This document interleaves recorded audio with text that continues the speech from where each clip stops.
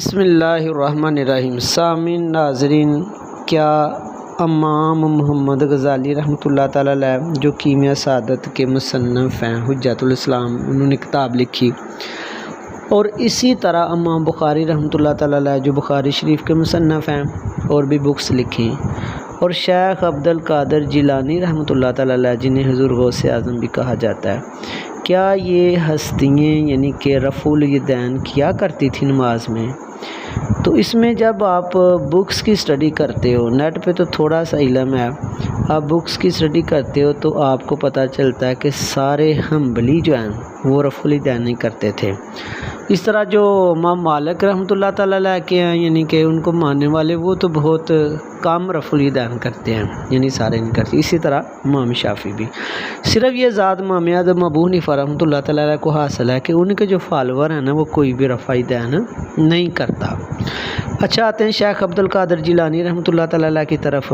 کچھ بکس میں یعنی کہ یہ ملتا ہے، اور کچھ جو سنی علماء ہیں یا بریلوی، وہ یعنی کہ ریفرنس دیتے ہیں کہ یہ جو شیخ عبد القادر جیلانی رحمۃ اللہ تعالیٰ علیہ نا، یہ حنبلی تھے۔ چونکہ حنبلی تھے تو وہ اس لیے رفع الیدین کرتے ہوں گے۔ پہلی بات تو آپ کلیئر کٹ یہ ذہن میں رکھ لو کہ سارے حنبلی رفع الیدین نہیں کرتے تھے۔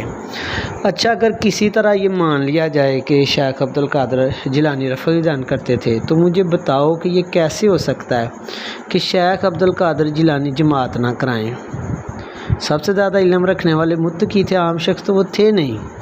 اچھا، جب وہ جماعت کراتے ہوں گے تو کیا ہو سکتا ہے کہ ان کے پیچھے جو نماز پڑھتے ہیں وہ یعنی کہ رفع الیدین نہ کرتے ہوں؟ کیونکہ ابھی یہ جو حدیث اوپر چل رہی ہے، آپ دیکھیں، یہ بخاری شریف کی صحیح حدیث ہے۔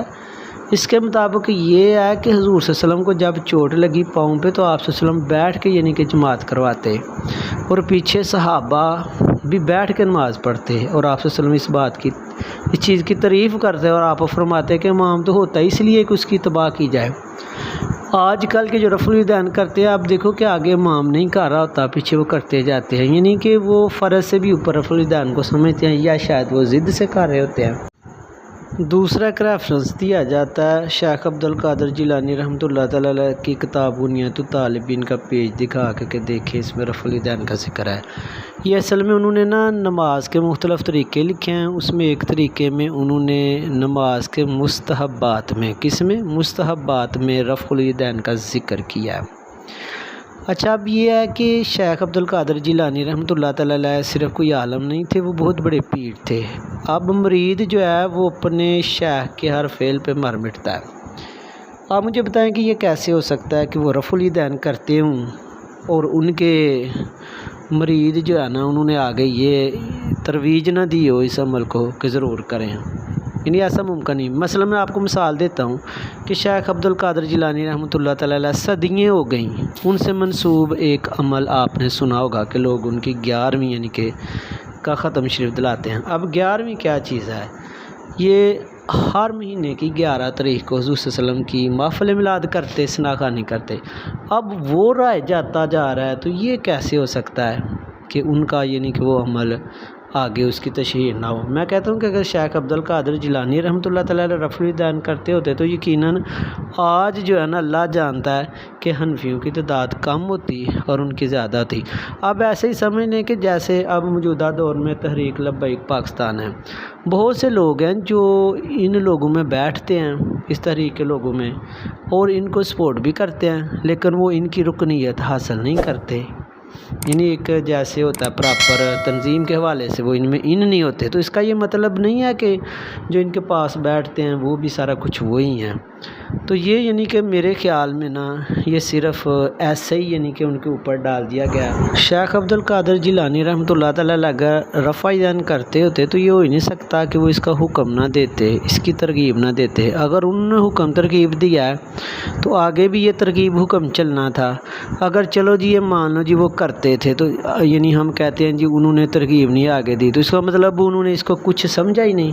اور یہ بھی نہیں ہوتا کہ اگر کوئی یعنی کہ محدث ہے تو وہ اپنے اپنی کتاب میں رفع الیدین کا ذکر کرتا ہے تو اس کا مطلب ہوگا کہ وہ رفع الیدین کرتا ہے۔